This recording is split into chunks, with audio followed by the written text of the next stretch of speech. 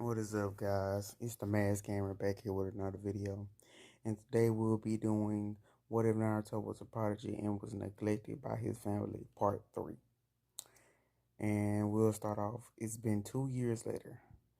It's been 2 years since Naruto met with Celeste in the forest. Over the years, both have grown close. Celeste has chose to stay with Naruto rather than the summoning world to bond with their summoner, as well as to get to know the world. So Celeste quickly learned that Naruto's standing within his family was deteriorating as over the 2 years Minato and Kushina focused more and more on Asami, Namiko, and Yuji, while forgetting about their remaining son Naruto. While his parents forgot about Naruto, his brother Yuji and Asami would tease and argue with their brother for being weak and saying he was jealous of them whenever Naruto tried to get their parents' attention.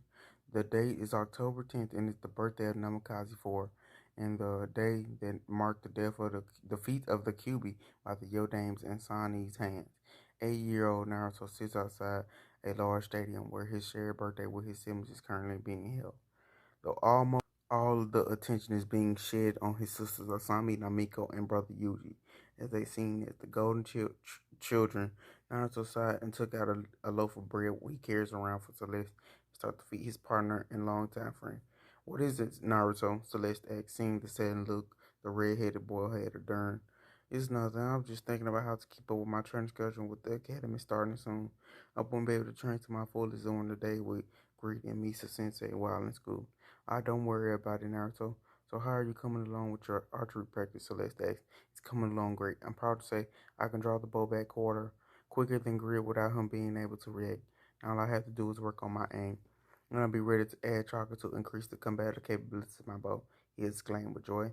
That's great, Naruto. I know you've secretly been practicing your bow jutsu behind my back. How was that coming along? She said with a playful glare.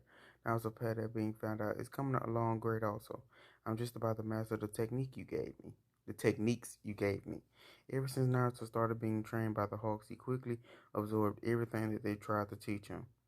So, seeing as he turned out to be quite the prodigy in their techniques, Misa decided to introduce Naruto to Kaijutsu, which requires steady aim and quick reaction in the shinobi world to be useful. This is why many shinobi choose not to even bother with a bow, as it is difficult to master and generally has no standing against over ninja tools. But the Hawks have found a way to increase the effectiveness of Kaijutsu tenfold, and in doing so has made a name in the summoning world for being the best long-range summoners in the world. Though that's no reason to push their close combat skills aside either. The bow staff is the perfect ninja tool for Hawks as it is swift and fluent. Naruto managed to pick up both these techniques with ease and is close to mastering them. Looking at his watch, Naruto's eyes widened and he stood up quickly, scaring Celeste, who was enjoying her bread happily. Sorry, Celeste, but I gotta go back inside. The celebrations are about to begin. Naruto exclaimed with the smile of happiness he had left for his family. Celeste looked at Naruto with a sad look in her eyes, which Naruto didn't notice as he ran inside. Celeste sighed and flew up to the roof to watch the party in peace through a skylight where she could see the activities from within. Walking in through the double doors, Naruto made his way over to his family table, where his empty seat sat at the end of the table. Sitting down, Naruto noticed all the clan heads in their family sitting with his parents, while the clan heir sat at the table with him and his siblings. Naruto sat beside the heir of the Nara clan Shikamaru and son of the Konoha strategist Shikaku. The two boys have been close friends ever since they were 3 years old, and often talk how clouds float along the sky and have a conversation about a topic other 8-year-olds will find boring. Hey, Shikamaru, this part is kind of boring, isn't it? Naruto greeted. This part is kind of boring, isn't it? Naruto greeted. You're telling me it's such a drag. My godson dragged me here. Sighed. I could have been napping or watching clouds, but no, Shikamaru said before a large frying pan flew at his head and knocked him into the floor. Naruto looked in the direction of where the frying pan came from and saw Nara Yoshino, Shikamaru's mother, standing with an angry expression on her face. Shikamaru, you will not turn out like your father. You hear me? She yelled while Shikaku sighed and said, He started, but quickly shut up as his wife's angry gaze fixed attention on the man. What was that, honey? She said with a terrifying gaze turning into a sweet smile that made all the clan heads beside the female and wild sweat drop. Shikamaru, helping Shikamaru up, Naruto directed his attention to the around the table to put a name to the many faces sitting around the table, while the Naruto was rubbing the growing wood on his head. Sitting to Naruto's left was Akamichi Choji, another boy he was familiar with in the heir of the Akamichi clan. To Choji's left was a girl Naruto couldn't stand, Inoyama Naka. She's the heir clan Shinobu who known for their mind transfer technique. Naruto has no problem with her family and admire these kids as Shinobu, but dislikes Ino as she ruins his time with Shikamaru when they're lazing around watching clouds. Shikamaru, you are too much of a Naruto for your own good. You should get out and explore life rather than sitting around watching clouds. And you, Naruto, you're not Makaze. You should be out training like Yuji-kun, not trying to be lazy, a lazy Naruto. Honestly, maybe you should pin your gorgeous red hair up like Shikamaru there and say, what a drag. Then you two will be twins. She said, much to the misfortune of both boys who looked at each other and smiled. What a drag, they both sang. The two frying pans flew at both their heads. Naruto managed to duck just in time before Shikamaru got nailed in the head once more, adding to adding height to his already growing wealth. Say it one more time, Shikamaru Yoshino yelled with her arms right in the air. Helping up before Naruto once more, Naruto continued to identify the kids at the table. Shikamaru's right was Inuzuka Kiba, heir to the Inuzuka clan with his puppy Akamaru, who was sitting at the top of his head. He also happened to be best friends with Yuji, as the two would often try to pull pranks on others. But Naruto didn't mind as he also considered Kiba a good friend, especially when it came to Celeste's Kiba. Understood and valued their partnership both between man and animal. You are right, Shika. Those pants look like they hurt. Though you are lucky. Usually when I do something wrong, my cousin sends her hounds on me. Kiba's muttering the last part to where his mother was sitting beside Yoshina. He had perked her eyes up due to the Inazaki clan member having heightened senses. Heard him clearly. Sumi looked at her son and smiled before pointing at him and whistled. Soon Naruto watched as a large dog that looked similar to a wolf changed charged at Kiba. He had black fur with a white belly and an eye patch over his left eye.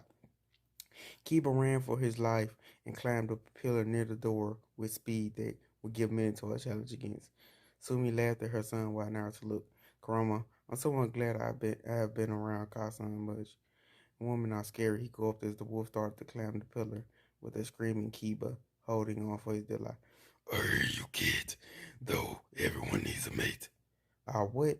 Never mind. Kid, you're too young to understand, Kurama said before shutting off the link between the host and beast so he could nap. Moving past where Kibo has been sitting was Ambaran Mishino, a quiet boy and heir of the Arambe clan. A clan known for their use of specialty bred bugs in combat. Moving towards the heirs closer to the clan head sits the Hyuga clan heiress Hinata and her little sister Hanabi.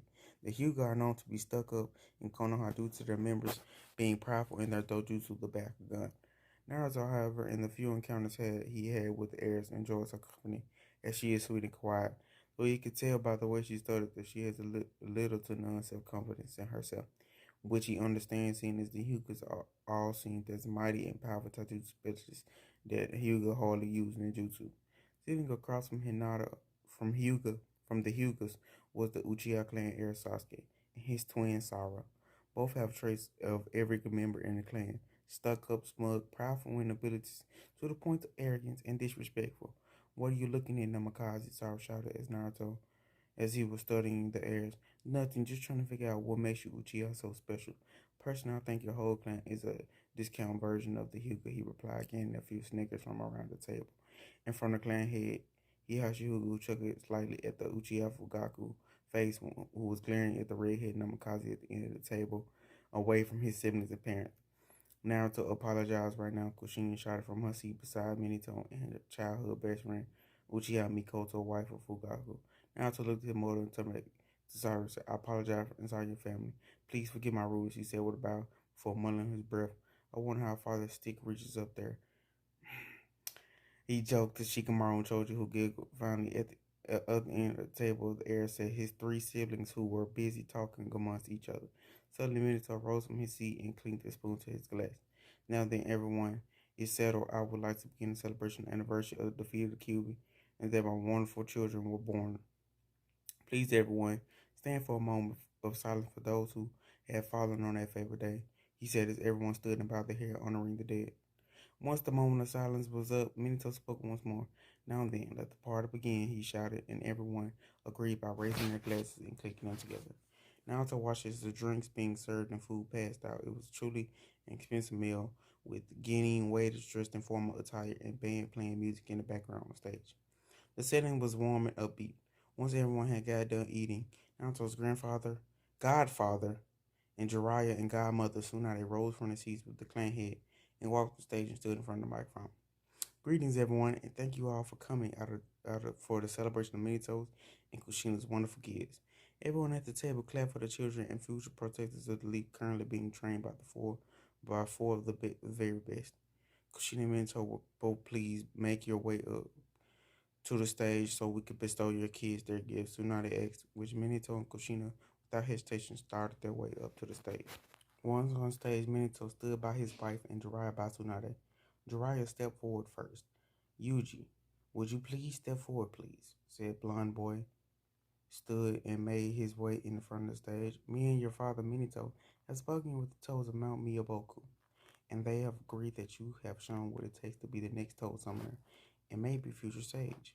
Everyone clapped for the honor of having a summoning at such a young age and for Yuji, who was following in his father and godfather footsteps in being a Toad Summoner.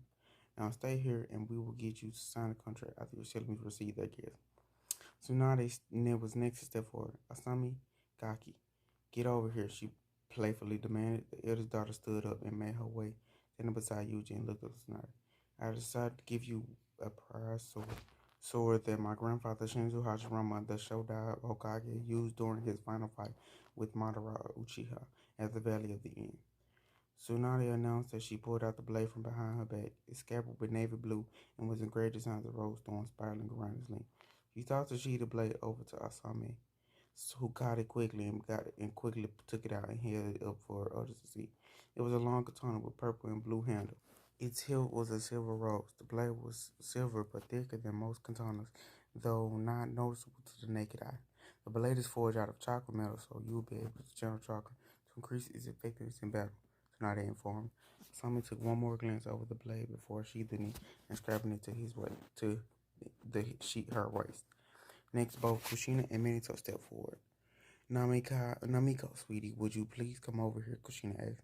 The youngest red-headed daughter jumped up from her seat and ran up, standing next to Asami. Namiko, me and your father have recognized your talents in Funjutsu and decided to give you a copy of both our notes and seals we have created over years and how to perform them accurately. Minato held up a scroll, opened it, and unsealed a hardcover book that, from the looks of it, easily has over 2,000 pages.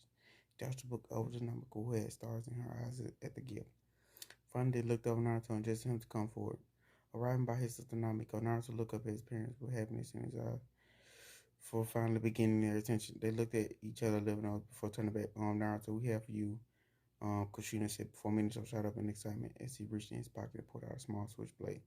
He held up for his son. It was a regular switchblade with the oak handle with the Namikaze crest wrapped around the bottom of the blade. Minato switched the blade from forward, revealing the blade to be pure black. This blade was one I used as a kid. This blade is made of chocolate metal. Once we start the training, I'll show you how to channel chocolate blade. Minato said happily before he retracted the blade and tossed it to Naruto, who caught it with one hand and looked down at the knife with the once happy expression turned to a blank, empty look. Thank you, Tosan, he said reluctantly. 30 minutes later, after the gifts had been passed around, Naruto sneaked out the front door as his father and the clan heads were speaking about politics and the jokes the civilian council he had gotten outside. He looked down at the blade his father had given him and remembered how his parents had an uncertain look on what to give him. He knew what this blade was, a pity gift. He knew his father had 4 copies of the same blade in his case in his office. The one he had gave Naruto was merely one of those copies. He slid the blade into his pocket, sensing Celeste on the roof, channeled chakra to his feet, and walked up the wall. Arriving on the roof, he found his familiar perched on a pipe asleep. Walking over to her, sat down and started to meditate. Soon he felt his consciousness drifting away from his body, and feeling a jerk on his consciousness followed the feeling. Naruto's mindscape. Naruto opened his eyes and found himself standing in front of Kuroma's cage. Yo, kid, I see you came to visit me. What's up? Kuroma asked after letting a long yawn. Once fully awake, he looked down at his jailer and saw the tears coming from his eyes. "What's wrong, kid?" Naruto didn't say anything, just raised his sleeves up to his eyes and wiped away the tears up with his sleeve. Looking up at Kurama, he asked one question a child should never have asked. "Why don't they love me?" he asked. Kurama looked shocked and took a moment to watch what had transpired while he slept and got angry at the scenes he was seeing. He turned his angry gaze at Naruto, which softened upon landing on a red-haired saddened face. "They're blind, Naruto. They're blinded by the arrogance that brought back the prophecy your grandfather got from the fool of an old toad. Naruto, don't dwell on them, family. Are you the ones who you surround yourself with? You may not choose the people you are born into, but you have the choice to surround yourself with people you can call a family. Now cheer up, kid, and live your life. Forget about those Namikaze Umazamakis. You are Naruto," Kurama said, trying to cheer up the young boy. Naruto smiled, advised them to cheer him up, and turned away and about to leave. Naruto, knowing his tenant would love this sleep, before he left, he stopped and tilted his head back. "Okay, Kurama, just know I consider you my family," he said and disappeared out of his mind's gate. Kurama watched him disappear with a shocked expression that turned to a smile. "Me too. Me too." Naruto rooftop. Naruto opened his eyes and yawned out loud, turning to look behind him. Noticed Celeste was wide awake and looking at him curiously. He proceeded to tell her about what happened at the party, and she was beyond furious at the blatant favoritism and was thinking of ways to get back at them until Naruto stopped her and told her that they were going to go home and to rest. Well, guys, that was the end of part, what is this, 3? So I'll be in this video. I was probably talking a little bit lower than usual, because I'm tired. So yeah, and part 4 will be coming out a little bit after this one. So please like and subscribe, comment, share, tell your friends, yada yada, all that, and I'll see you in the next video. Peace.